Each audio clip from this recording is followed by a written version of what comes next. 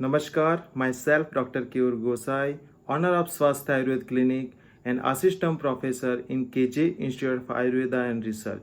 आज का टॉपिक है विचारों का यानी स्ट्रेस का शरीर पर होने वाला प्रभाव एवं उसकी चिकित्सा। आज हम देखते हैं कि कई सारे विद्वान लोग स्ट्रेस मैनेजमेंट पर अपनी राय देते हैं, सुझाव देते हैं और उपाय भी बताते हैं, लेकिन कोई भी ये नहीं बताता कि एक्चुअल में ये स्ट्रेस है क्या, ये होता कैसे है, उसके शरीर पर लक्षण कौन से होते हैं जिससे हमें ये समझ में आए कि ये स्ट्रेस के लक्षण है या नहीं, या कोई और तकलीफ है। अगर ये सारे क्वेश्चन के आंसर हमें पता हो तो हमें उतनी एफर्ट ना करनी पड़े जितनी आज हम सब कर रहे हैं। अब मैं आपको एक सीक्वेंस बताता हूँ, ये सीक्वेंस में ही आप सब याद रखिए तो ये पूरे वीडियो को आप अच्छी तरह समझ पाओगे। हम जो भी आहार लेते हैं उसमें से वो 2 पार्ट में कन्वर्ट होता है। आयुर्वेद में क्या कहा है, तत्र आहार प्रसादाख्योम रसः किट्टम च मलम अभिनिवर्तते। अर्थात हम जो आहार लेते हैं उसका प्रसाद यानी स्वच्छ भाग जो होता है उसको रस बोलते हैं, आहार रस। और उसका मल भाग यानी हम जो टॉयलेट जाते हैं, यूरिन जाते हैं, हमें जो पसीना होता है, ये सारा किट्ट भाग कहा जाता है। और ये जो आहार रस होता है उसमें से 7 चीज़ें बनती है और इसकी सीक्वेंस आपको याद रखना बहुत ज़रूरी है क्योंकि ये सीक्वेंस में ही हमारा शरीर बना हुआ है। तो आहार में से सबसे पहले बनता है रस, जो इनविजिबल है लेकिन सबसे ज़्यादा इम्पोर्टेंट अगर किसी का है तो उसका है। रस में से बनता है रक्त यानी ब्लड। तो याद रखिए, रस में से ब्लड बनता है, ब्लड डायरेक्टली नहीं बनता है। रक्त में से बनता है मांस यानी मसल। मसल में से बनते हैं मेद, मेद यानी फैट। फैट में से बनता है अस्थि, अस्थि यानी हड्डियां। तो फैट में से अस्थि बनती है, याद रखिए। हड्डियों में से बनता है बोन मैरो, बोन मैरो यानी मज्जा। और मज्जा में से यानी बोन मैरो में से बनता है शुक्र, जो मेल में विजिबल होता है और फीमेल में इनविजिबल होता है। और ये सातों चीज एक दूसरे में से बन रही है यानी एक दूसरे पे आधार रखती है, एक दूसरे से जुड़ी हुई है। आयुर्वेद में उसे स्त्रोतस कहा है, वाहिनी कहा है। वाहिनी का मतलब होता है जिसमें वहन हो, इसका मीनिंग पाइपलाइन। और ये सातों पाइपलाइन एक दूसरे से जुड़ी हुई है। मैं एक एग्जांपल देता हूँ, जैसे अगर हमारी किडनी फेल होती है तो उसकी सीधी असर हमारे हार्ट पे होती है। अगर किडनी सेपरेट होती तो उसकी असर हार्ट पे क्यों होती? सांसें फूलने लगती है, यानी इसकी इफेक्ट लंग्स पर भी होती है। अगर किडनी सेपरेट होती तो क्या इसकी इफेक्ट लंग्स पर होती? इसका मतलब क्या हुआ, हमारा पूरा शरीर एक दूसरे से पाइपलाइन की तरह जुड़ा हुआ है।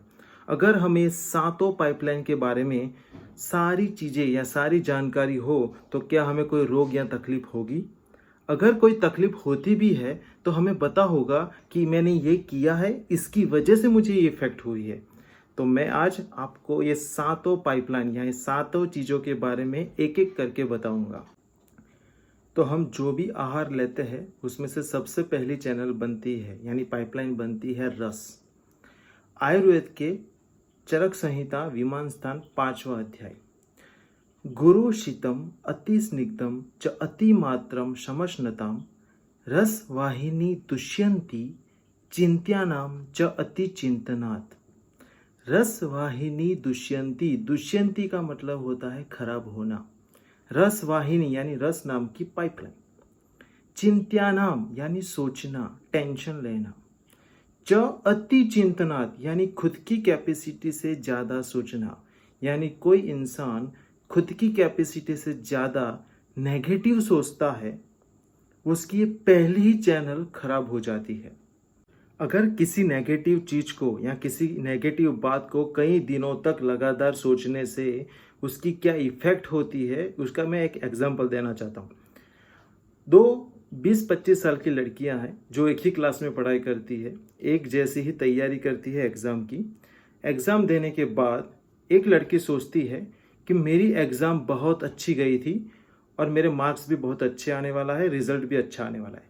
लेकिन एक लड़की 1 महीने पहले से ही ये सोचती है कि मेरी एग्ज़ाम तो अच्छी गई थी लेकिन मेरे मार्क्स कम आए तो, या मेरा रिजल्ट अच्छा नहीं आया तो। अगर मेरे मार्क्स कम आए तो लोग मेरे बारे में क्या सोचेंगे, मेरे मदर फादर मेरे बारे में क्या सोचेंगे, मेरा फ्यूचर क्या होगा। अगर ऐसी थिंकिंग कंटिन्यूस रहती है तो उसकी इफेक्ट पूरी बॉडी पे दिखना स्टार्ट हो जाती है। मैं एक और एग्जांपल देना चाहता हूँ। जैसे आप ऑफिस से आए हो, बहुत खुश हो, इतने एनर्जेटिक हो कि बोलो मत, और इतनी एनर्जी के साथ जब आप एंटर होते हो घर में, अगर किसी ने आपको जैसे ही घर में एंटर हो और एक न्यूज़ दी जो आपके लिए बहुत ख़राब थी, जो बैड न्यूज़ थी, तो वो सुनते ही आप वहीं पे तुरंत बैठ जाते हो। इसका मतलब कि एक नेगेटिव बात की भी इफेक्ट हमारे बॉडी पे कितनी होती है।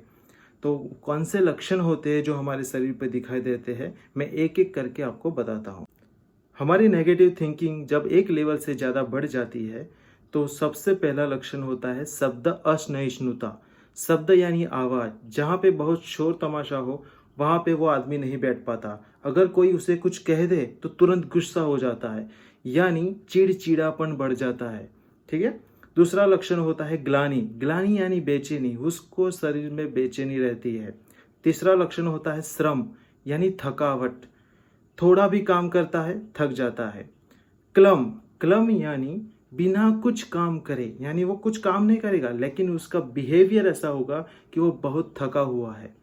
तो ये सारे बिहेवियर चेंजेस उसमें दिखाना स्टार्ट हो जाएगा।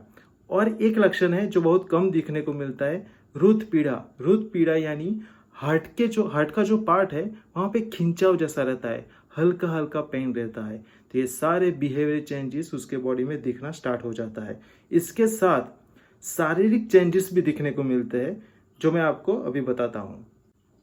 अगर किसी चीज़ को ज़्यादा सोचने से जो शारीरिक लक्षण होते हैं उसको मेरे द्वारा दिए गए एक एग्जाम्पल के साथ कनेक्ट करेंगे।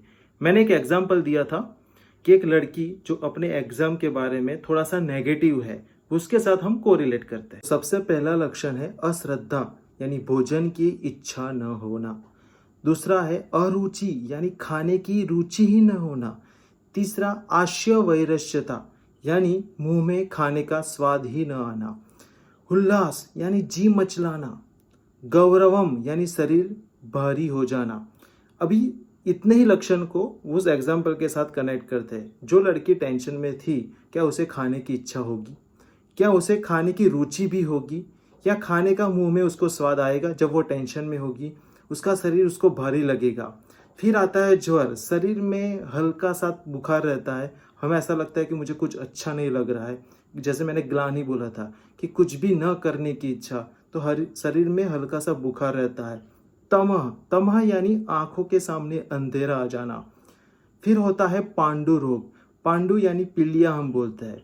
मैंने आपको बताया था कि सबसे पहले हमारे शरीर में रस बनता है। अगर हमारे शरीर में रस ही कम बनता है तो रस में से बनता है रक्त। रक्त यानी ब्लड।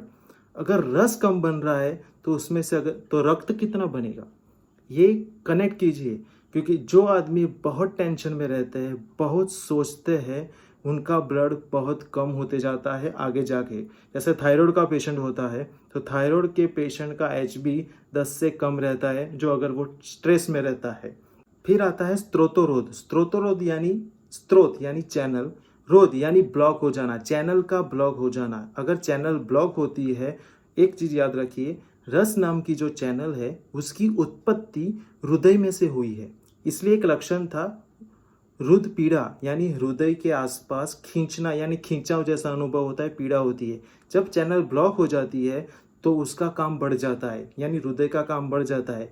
इसलिए ज़्यादा नेगेटिव थिंकिंग से हार्ट अटैक आता है। आपने सुना भी होगा कि जो आदमी बहुत टेंशन में होते हैं उनको हार्ट अटैक आते हैं। ठीक है। तो ये चैनल के ब्लॉक हो जाने से हार्ट अटैक आने की संभावना बढ़ जाती है। नपुंसकता, नपुंसकता क्यों आती है?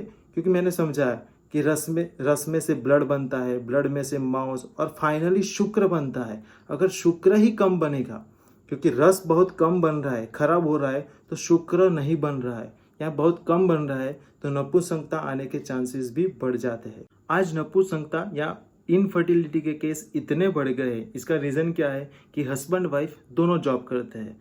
जॉब की वजह से स्ट्रेस दोनों को रहता है। पहले एक को रहता था क्योंकि सिर्फ हस्बैंड या मेल ही, पुरुष ही जॉब करते थे, अब दोनों जॉब करते हैं, स्ट्रेस उस लेवल से बढ़ जाता है। इसकी वजह से इनफर्टिलिटी के पेशेंट बढ़ने लगे हैं, क्योंकि अगर स्ट्रेस की वजह से अगर आपकी रस बहुत कम बनता है तो ऑब्वियसली उसका एसेंस पार्ट बहुत कम बनेगा, तो इनफर्टिलिटी के केसेस दिन के दिन बढ़ते ही जाएंगे अगर आपने स्ट्रेस को कंट्रोल नहीं किया। फिर अग्निनाश, अग्नि यानी डाइजेशन, हमारा डाइजेशन बहुत कम होने लगता है। यहाँ पे तो नाश वर्ड है, यानी डाइजेशन जैसा कुछ रहता है नहीं। जो आदमी स्ट्रेस में होता है वो 1 दिन 2 दिन 3 दिन कई दिनों तक अगर ना खाए तो उसे कुछ नहीं होगा, क्योंकि उसे भूख ही नहीं लगती है, यानी उसकी अग्नि पूरी तरह नाश हो जाती है। फिर आता है कृशांगता, कृश यानी पतला, अंगता यानी अंग जो होते हैं, हमारी जो बॉडी होती है वो धीरे धीरे पतली होने लगती है, क्योंकि वो खाना नहीं खा रहा है, उसे भूख नहीं लग रही है, अग्नि जीरो हो गई है, तो हमारा शरीर भी धीरे धीरे पतला होने लगता है। और ये फाइनल लक्षण है यथा कालम वलयम पलितानी च, यथा कालम यानी समय से पहले, वलय पलितानी इसका मीनिंग होता है कि समय से पहले ही हमारे जो बाल है, हमारी जो स्किन है वो खराब होने लगती है, हमारे बाल झड़ने लगते हैं, सफ़ेद होने लगते हैं समय से पहले। इसका मीनिंग क्या हुआ कि हमारी जो पहली चैनल अच्छी तरह अगर नहीं बन पाती है तो उसके सारे लक्षण, यानी सारी जो चैनल होती है उस पे सारे लक्षण दिखाई देने लगते हैं। बाल झड़ने लगते हैं, बाल सफ़ेद होने लगते हैं, हमारी जो स्किन है वो खराब होने, डेड होने लगती है, ये सारे लक्षण दिखाई देने लगते हैं।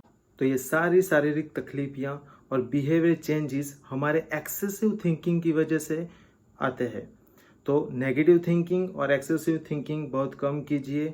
पॉजिटिव थिंकिंग के बारे में मैं अगले वीडियो में आपको बताऊंगा। अगर आपको कोई सवाल है तो आप कमेंट कीजिए, मेरा नंबर भी दिया हुआ है तो आप मुझे कॉल कर सकते हैं। अगर आपको ये वीडियो पसंद आया तो इसे लाइक कीजिए, सब्सक्राइब कीजिए और शेयर कीजिए। धन्यवाद।